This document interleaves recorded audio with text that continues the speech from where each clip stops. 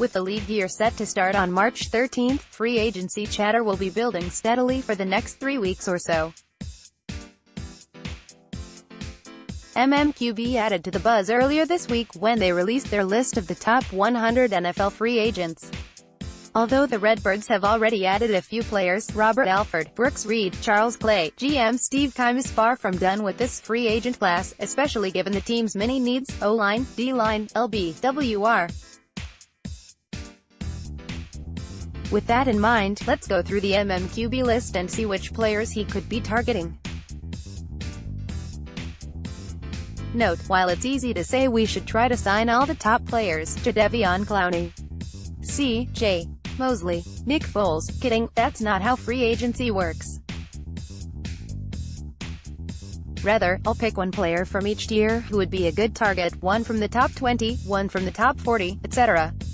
For fun, I'll list a secondary target in each tier as well. Let's start with the top tier of free agents.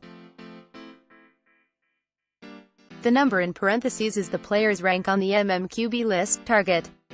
Our defense did underperform in 2018, but there is still a lot of talent here, and we'll trust that Vance Joseph can get the unit playing at a high level again in 2019.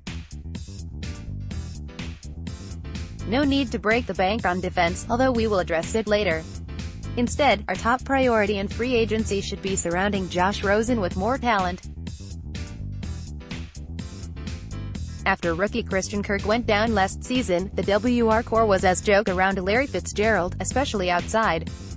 Enter Tyrell Williams, who's 6 feet 4 inches, has a 1,000-yard season on his resume, and has a career 16.3 YPC. And he's just 27. He won't come cheap. ESPN's Bill Barnwell has him in the 4-year, $50 million range, but we need a receiver who can step in and draw coverage now, not a rookie or an older, slower free agent, so the money would be well spent. Time to make a splash. Keim. Secondary target, G. Roger Saffold. Not as young as you'd like at 30, but we need to stabilize the middle of the O-line badly, and Saffold is the top guard on the market. What about Mosley at LB? I'd rather not sink top FA dollars into a LB target. Brown is the best tackle available and can play on either side, important given that DJ Humphries' future with the team is still somewhat up in the air. I think he'll be back for his 5th season. The last time Keim spent money on a top OT, it worked out pretty well. Let's see if he can do it again. Secondary target, OT Donovan Smith. If we miss out on Brown, Smith is the next best option at tackle, and he's a year younger than Brown. Rosen's protection simply has to be better in 2019, and Joe Barksdale, Corey Cunningham, and John Wetzel aren't going to cut it at starting tackle. Most of the rest of the players in this tier are either going to be pricey or aren't at positions of need, target. Improved guard play would allow Rosen to step up in the pocket more and would make C. Mason Cole's job easier as well.